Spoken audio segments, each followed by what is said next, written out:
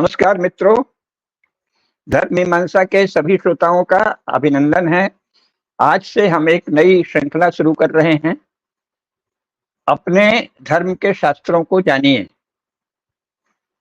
अपने देश काल को जानो, ये हमारा एक ब्रॉडर थीम है, बड़ा बड़ा विषय है। उसमें से अपने देश के शास्त्रों को जानिए, ये इसलिए हिंदू धर्म शास्त्रों के बारे में सामान्य परिचय कराएंगे। क्योंकि सब लोग हिंदू धर्मशास्त्र सुनते तो हैं, लेकिन कोई भी ये नहीं जानता कि वो है क्या भला। तो इसलिए हम चाहते हैं कि जो युवा लोग हैं, जो जिज्ञासु हैं, उनको थोड़ा सा बताया जाए कि धर्मशास्त्र है क्या और वो कितने हैं और कितने पुराने। तो करोड़ों वर्ष या लाखों वर्ष पूर्व वैदिक संहिताएं लिखी गई। वैदिक संहिताएं संपूर्ण सभी वैदिक संहिताएं धर्मशास्त्र हैं। यानी चारों ही वेद, ऋग्वेद, सामवेद, यजुर्वेद और अथर्ववेद, ये धर्मशास्त्र हैं। इनका प्रत्येक मंत्र धर्म का स्रोत है, धर्म का प्रेरक है, धर्म का प्रमाण है। तो वैदिक संहिताएं करोड़ों वर्ष पुरानी हैं। इसके बाद महाभारत है, जो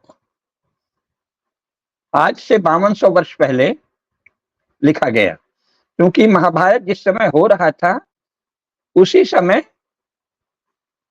उसकी रचना की गई। इसके पहले भी महाभारत का, मैं अचानक आ गया, क्षमा कीजिए, इसके पहले वाल्मीकि रामायण है, जो स्वयं त्रेता युग में भगवान राम जब थे उसी समय महर्षि वाल्मीकि थे, और उन्होंने अपने समय की घटनाओं को वाल्मीकि रामायण में लिखा। तो वो एक युद्ध काव्य भी है और धर्म, अर्थ और मोक्ष का काव्य भी है। धर्म, अर्थ, काम और मोक्ष का काव्य भी है, महाकाव्य है, लेकिन मुख्यतः युद्ध काव्य है। और वो राम रावण युद्ध तथा राक्षसों से भगवान के युद्ध का वर्णन करता है। तो वो भी समकालीन है, यानी जिस समय ये युद्ध हो रहे थे उसी समय महर्षि वाल्मीकि जीवित थे और आंखों देखी चीज है। तो वह संपूर्ण वाल्मीकि रामायण धर्मशास्त्र है। इसी प्रकार महाभारत ईसा पूर्व 3138 में महाभारत हुआ, यानी आज से 5162 वर्ष पहले। उसी समय जब महाभारत हो रहा था तभी भगवान वेदव्यास जो हैं उन्होंने उसकी रचना की। संजय को दिव्य दृष्टि दी, संजय ने धृतराष्ट्र को बताया, फिर इन्होंने उसको लिख भी दिया। और फिर उसमें विस्तार से जैसा विश्लेषण होता है कि कोई युद्ध क्यों होता है, उसके पीछे क्या क्या स्मृतियां होती हैं, क्या क्या संकल्प होते हैं, क्या क्या कारण होते हैं। तो युद्ध क्यों होते हैं, तो इसीलिए अपने वंश की स्मृति होती है, अपने वंश के साथ हुए न्याय अन्याय की स्मृति होती है। इसीलिए उसमें सभी महत्वपूर्ण राजवंशों का वर्णन है और सभी महत्वपूर्ण ज्ञानियों, ब्राह्मणों, सूतों, पौराणिकों, कथावाचकों, उनका भी वर्णन है और उनकी परंपरा का वर्णन है।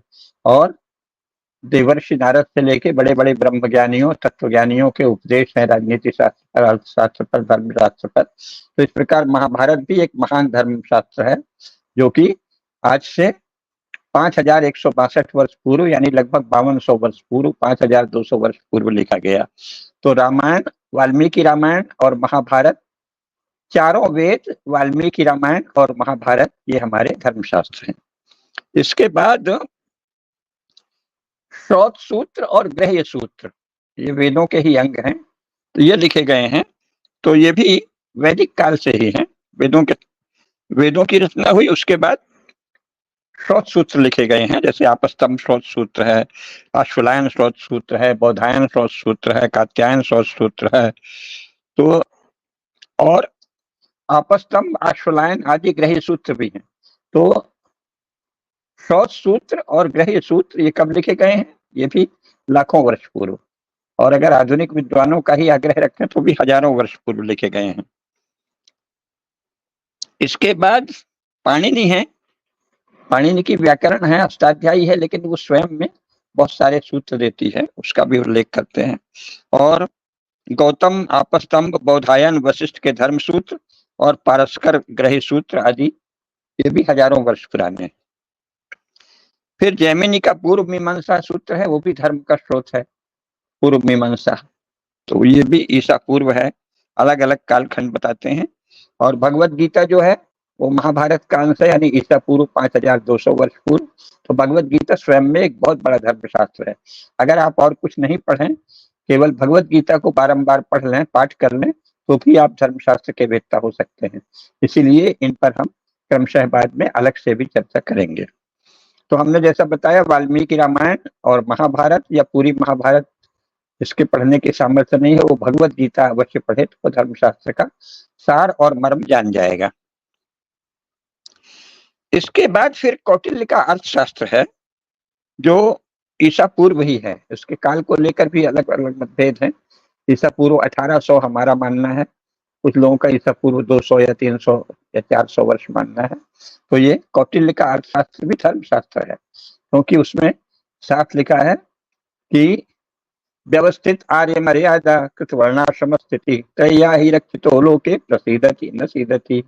तो अर्थशास्त्र का प्रयोजन है व्यवस्थित आर्य मर्यादा, आर्य मर्यादा को व्यवस्थित करना, कृत वर्णाश्रम स्थिति ही, वर्ण और आश्रम को सुव्यवस्थित रखना, उनका भली भांति पालन सुनिश्चित करना, तीनों वेदों के द्वारा, यानी ऋग्वेद, यजुर्वेद और सामवेद, या ऋग्वेद, यजुर्वेद और अथर्ववेद, क्योंकि सामवेद तो उसी का गायन है, इनके द्वारा, तथा त्रया का दूसरा अर्थ है कि वेद, आन्वीक्षिकी, लोकायत आदि के द्वारा समाज का व्यवहार संचालित करना, है ना। तो इस प्रकार लोकायत भी एक बहुत बड़ा भ्रम पैदा कर दिया गया है चाणक्य के विचार को लोकायत का। लोक में जो प्रचलित ज्ञान व्यवहार है उसे लोकायत कहते हैं। उसका क्षमा कीजिए, चाणक्य कह दिया मैंने, वो एक पाखंडी है, चारवाक, उससे अंग्रेजों ने जोड़ दिया। चारवाक भी साला ऋषि हो गया। अरे तो एक आवारा सा आदमी है। हर युग में सब तरह के लोग होते थे, उसके कुछ दो चार श्लोक मिलते हैं। लोकायत का अर्थ होता है लोक में व्याप्त मान्यताएं, लोक में प्रचलित परंपराएं, लोक में प्रसिद्ध विचार सरणियां, उसे लोकायत कहते हैं। तो और आन्वीक्षिकी यानी न्यायशास्त्र और वेद, तो ये भी है, इन तीनों के द्वारा रक्षित लोक ही आनंदित होता है, और जो इनके द्वारा रक्षित नहीं करता वो कभी भी लोक में प्रसन्नता का कारण नहीं होता। ये चाणक्य ने कहा है। तया ही रक्षितो लोके प्रसीदति न सीदति। तो ये है चाणक्य का अर्थशास्त्र है। और मनुस्मृति, मनुस्मृति आधुनिक विद्वान कहते हैं कि महाभारत के बाद की है, लेकिन महत्वपूर्ण यह है कि मनुस्मृति का महाभारत में भी उल्लेख है। इसका अर्थ है कि मनुस्मृति महाभारत से पहले की है और अत्यंत प्राचीन काल से है। मूलतः स्वयं महर्षि मनु ने जैसा कहा था, उनके शिष्यों ने उसको, भृगु आदि ने उसको लिखा, इसीलिए उसको मनुस्मृति या मानव धर्मशास्त्र भी कहते हैं। तो मानव धर्मशास्त्र या मनुस्मृति एक प्राचीन धर्मशास्त्र है ना। इसी प्रकार याज्ञवल्क्य स्मृति, अभी हम बहुत सारी स्मृतियों के नाम भी गिनाएंगे। याज्ञवल्क्य स्मृति, अंगिरा स्मृति, नारद स्मृति, वैखानस स्मृति, बहुत सारी स्मृतियां हैं, उनके सबके नाम संक्षेप में बता देंगे। तो मुख्य है मनुस्मृति, याज्ञवल्क्य स्मृति, नारद स्मृति, वैखानस स्मृति, व्यास स्मृति, बृहस्पति स्मृति, ये बहुत सी स्मृतियां हैं। तो ये सब धर्मशास्त्र हैं, इनके विषय में बताएंगे। फिर पुराण भी धर्मशास्त्र हैं, विशेषकर वायु पुराण, विष्णु पुराण, मार्कंडेय पुराण, मत्स्य पुराण, कूर्म पुराण, ये सब धर्मशास्त्र भी हैं, क्योंकि इनमें धर्मों का विवेचन है। श्रीमद् भागवत बहुत बड़ा धर्मशास्त्र है। श्रीमद् भागवत पुराण अत्यंत महान धर्मशास्त्र है, और इस पर भी चर्चा करेंगे यथा समय। तो ये भी सब ईसा के बहुत पहले लिखे जा चुके थे, ऐसे हमारे महनीय धर्मशास्त्र हैं। फिर आधुनिक काल में वराह मिहिर हुए, जो बहुत बड़े गणित ज्योतिषी थे, उन्होंने भी धर्म सूत्र जो दिखे हैं, कुछ एक धार्मिक संकेत दिए हैं, वो भी धर्मशास्त्र का अंग है, लेकिन वो उतने धर्मशास्त्री मुख्यतः नहीं है। और इसके बाद पाणिनि की अष्टाध्यायी पर बहुत से व्याख्याकार हुए हैं, जैसे जयादित्य हुए, और कुमारिल भट्ट ने तंत्र वार्तिक लिखा, इसे भी धर्मशास्त्र माना जाता है। पराशर स्मृति, शंख स्मृति, देवल स्मृति, अग्नि पुराण, गरुड़ पुराण, और जैसा मैंने कहा श्रीमद् भागवत पुराण, मत्स्य पुराण, वायु पुराण, ब्रह्म पुराण, ये सब जो है धर्मशास्त्र है, और ये सब ईसा से बहुत पहले के।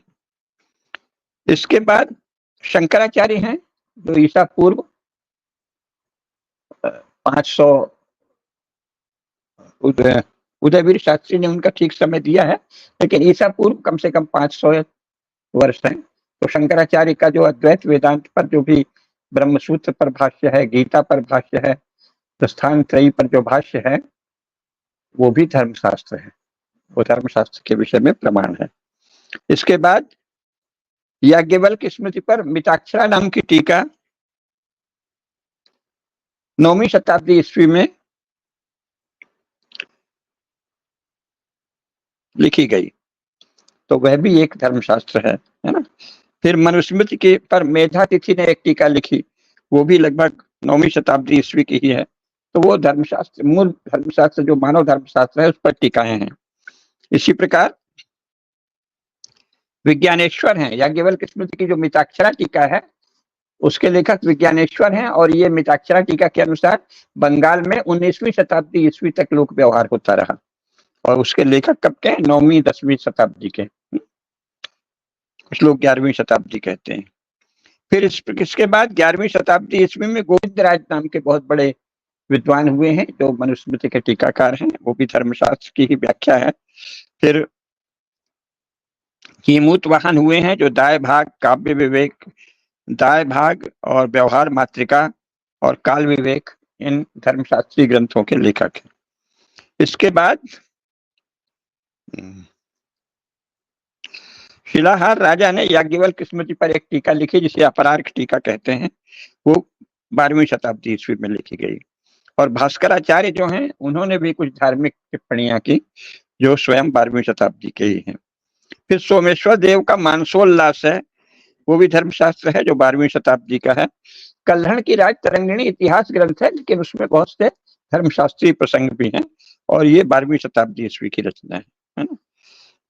इसके बाद श्रीधर का स्मृत्यर्थसार है, जो एक धर्मशास्त्र का महत्वपूर्ण ग्रंथ है, और गौतम और आपस्तंभ धर्म सूत्रों पर टीका करने वाले हरदत्त नाम के एक बड़े विश्वविख्यात टीकाकार हुए हैं, ये हुए हैं 12वीं शताब्दी ईस्वी में।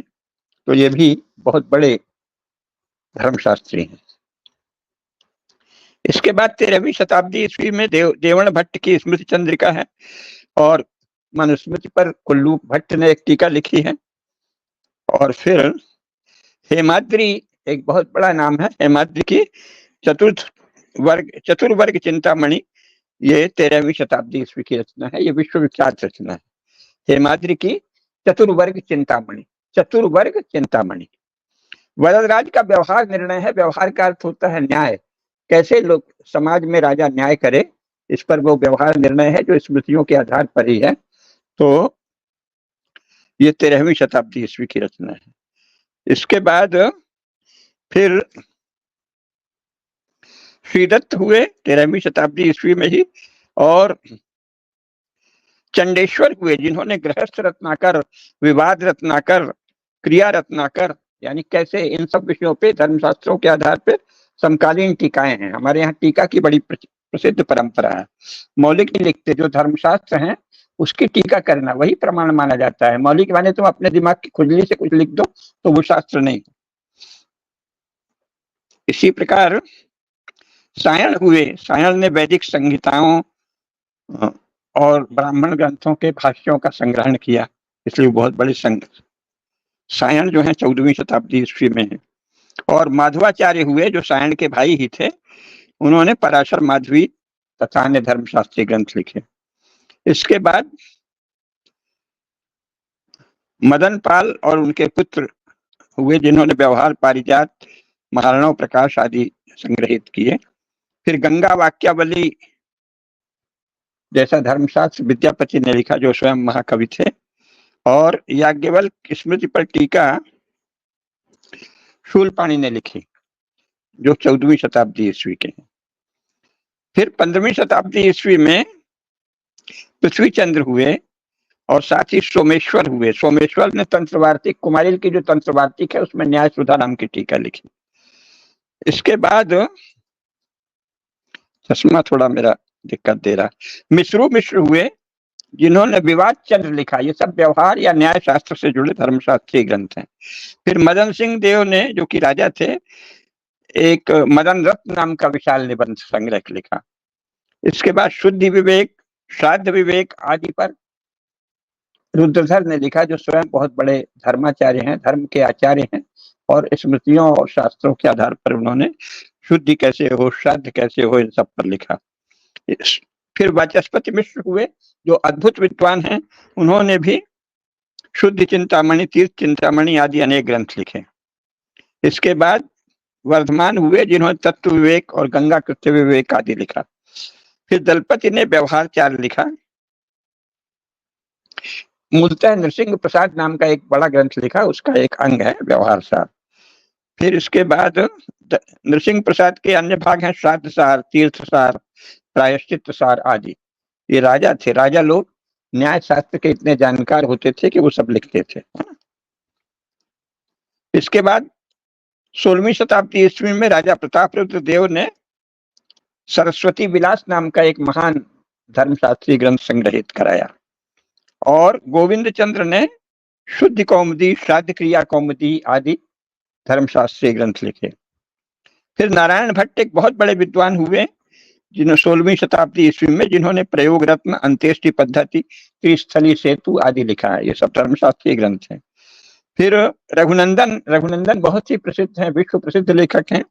श्राद्ध रत्न, तीर्थ, श्राद्ध तत्व, तीर्थ तत्व, शुद्धि तत्व, प्रायश्चित तत्व आदि ग्रंथ लिखे। शंकर भट्ट हुए 17वीं शताब्दी ईस्वी में, जिन्होंने द्वैत निर्णय और धर्म द्वैत निर्णय के लेखक हैं वो। फिर विष्णु धर्म सूत्र पर वैजयंती टीका लिखी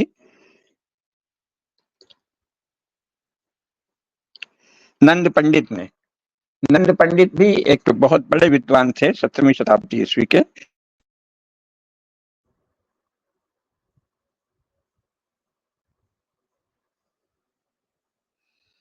इसके बाद निर्णय सिंधु एक विश्व प्रसिद्ध ग्रंथ ये भी है, निर्णय सिंधु, जो अभी 19वीं शताब्दी ईस्वी तक चल रहा था।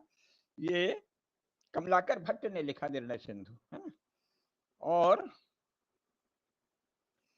मित्र मिश्र ने वीर मित्रोदय लिखा। फिर इसके बाद नीलकंठ नामक एक बहुत ही प्रसिद्ध आचार्य हुए हैं, जिन्होंने प्रायश्चित, शुद्धि, श्राद्ध, ये मयूख है, प्रायश्चित विवेक, प्रायश्चित मयूख, शुद्धि मयूख, श्राद्ध मयूख, नीति मयूख, व्यवहार मयूख। भगवंत भास्कर, एक नीलकंठ जी का एक पुस्तक है भगवंत भास्कर, यहाँ है, हम अगली बार आपको दिखा देंगे। उसमें हर विषय पर लिखा हुआ है, शुद्धि कैसे हो, तीर्थ यात्रा कैसे हो, विवाह कैसे हो, कोई भी संस्कार कैसे हो, इसके विषय में उन्होंने पूरी तरह लिखा है। तो इसके बाद 17वीं शताब्दी ईस्वी में अनंत देव महाराज ने राजधर्म कौस्तुभ लिखा। हमारे यहाँ धर्मशास्त्रों की अविच्छिन्न परंपरा चली आई है 19वीं शताब्दी ईस्वी तक। और जैसा हमने आपको बताया, उससे आप देख ही रहे होंगे कि ये तो लगातार था। ये तो ईसाई मिशनरियों ने इसको नष्ट करने के लिए पहले तो ये नाटक किया कि हम संस्कृत सीखेंगे, हम स्वयं संस्कृत सीख रहे हैं। संस्कृत सीखना बहुत कठिन काम है, 2-2 घंटे सीखे, 150 घंटे सीख लिए और फिर अपने आप को वेदों का भी विद्वान कह दिया। विलियम जोन्स और तमाम ये मूर्ख लोग हैं, जिनको संस्कृत नहीं आती, वो वेदों का भाष्य करने लगे। और अब उनके मूर्ख हिंदू चेले हैं, जो संस्कृत महाविद्यालयों में भी और संस्कृत डिपार्टमेंट में भी उन्हीं मूर्खों को पढ़ाते हैं। वेदों के विषय में और संस्कृत साहित्य के विषय में कोई भी विदेशी कैसे प्रमाण हो सकता है? कदापि नहीं हो सकता।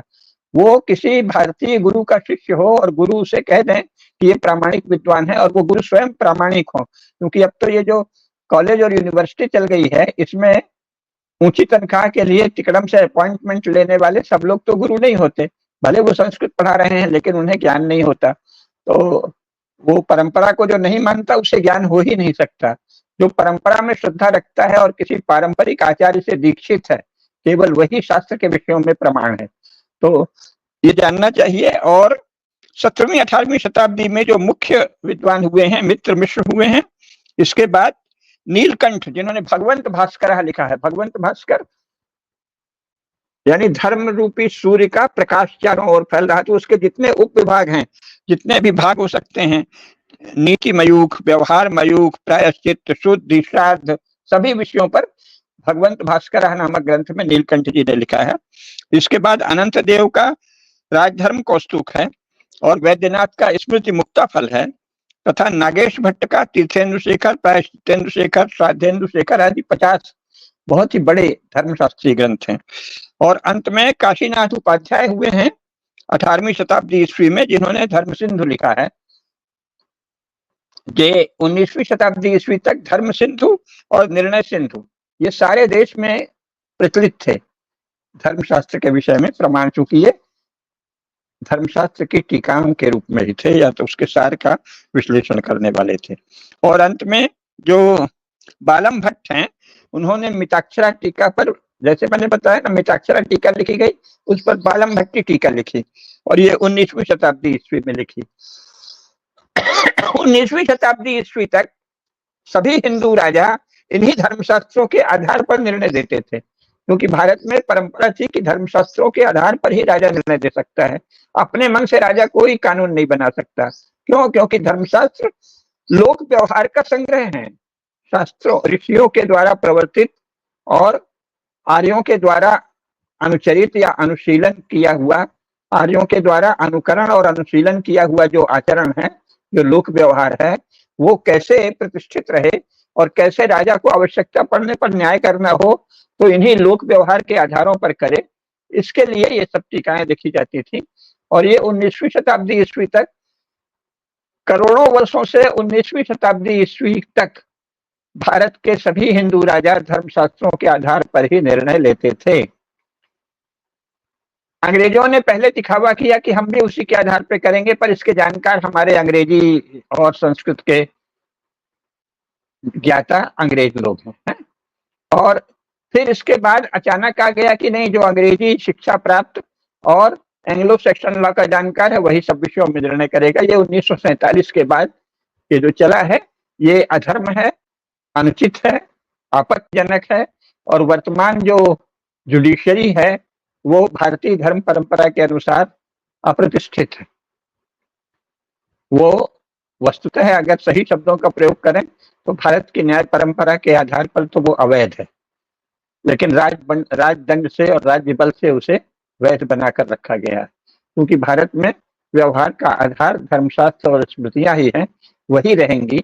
यही कहा है, अगर धर्मशास्त्र व्यवहार का आधार नहीं है तो फिर वो समाज हिंदू समाज नहीं रह जाता, वो विभक्त समाज या खंडित समाज हो जाता है।